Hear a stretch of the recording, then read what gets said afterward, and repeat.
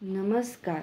आपणा सर्वांच्या आवडत्या एस भाग्यश्री चॅनलमध्ये सहर्ष स्वागत आहे.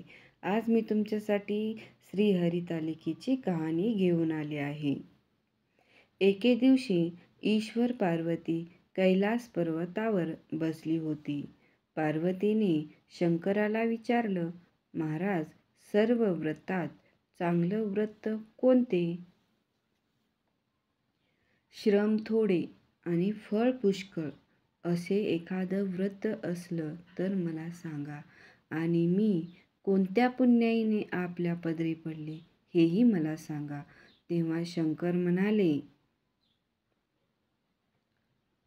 जसा नक्षत्रात चंद्रश्रेष्ठ, ग्रहात सूर्यश्रेष्ठ, देवांत विष्णुश्रेष्ठ, नद्यात गंगाश्रेष्ठ, त्याचप्रमाणे हरितालिका हे व्रत सर्वात श्रेष्ठ आहे. ते तुला सांगतो.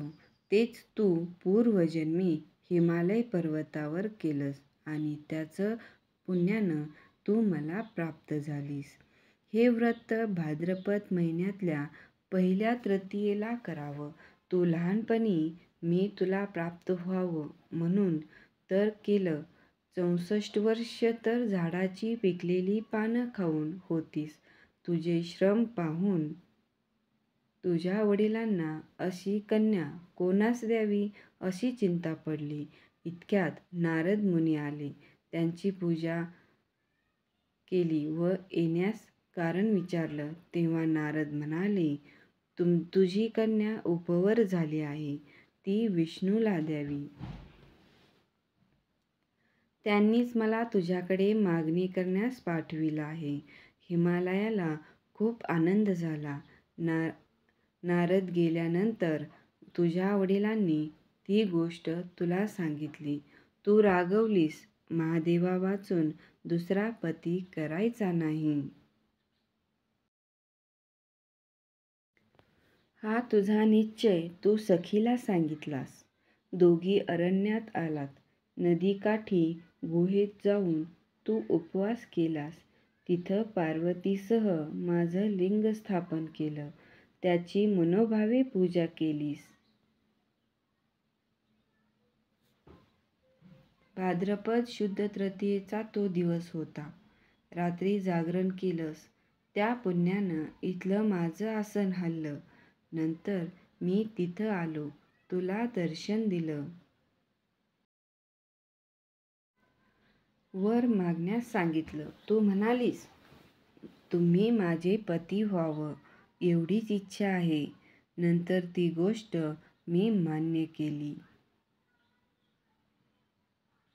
दुसऱ्या दिवशी ती व्रत पूजा तो विसर्जन केलीस. वडिलांना तू सर्व हकीकत सांगितलीस. तेव्हा काही दिवसांनी चांगला मुहूर्त पाहून मला अर्पण केलं. अशी या व्रतांना तुझी इच्छा पूर्ण झाली. या हरितालिका व्रताचा विधी असा आहे.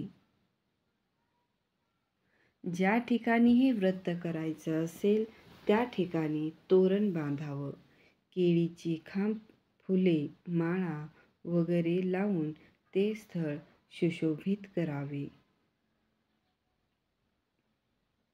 रांगोळी घालून पार्वतीसह महादेवाचं लिंग स्थापन करावं. षडोपचारे त्याची पूजा करून मनोभावे प्रार्थना करावी. नंतर ही कहाणी वाचावी व रात्री जागरण करावं. या व्रतानं प्राणी पापांपासून मुक्त होतो. 7 जन्माचे पातक नाहीसं होतं. राज्य मिळतं. स्त्रियांचे सौभाग्य वाढतं. या दिवशी स्त्रिया काही खात नाहीत. कहाणी वाचल्यावर सुवासिनींना यथाशक्ती वाण द्यावं. दुसऱ्या दिवशी उत्तर पूजा करून व्रताचे विसर्जन करावं. ही 60 उतराची कहाणी 5 उतरी देवा ब्राह्मणांची द्वारी. गायीची गोठी पिंपळाच्या पारी. सफल संपूर्ण. हरितालिका हे व्रत सगळ्या व्रतामध्ये श्रेष्ठ मानले आहे. भगवान शंकराचा आशीर्वाद प्राप्त करण्यासाठी हे व्रत करावे.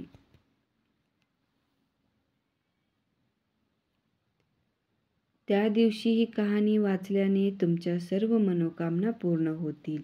ही कहाणी तुम्हाला कशी वाटली ते कमेंटमध्ये नक्की कळवा.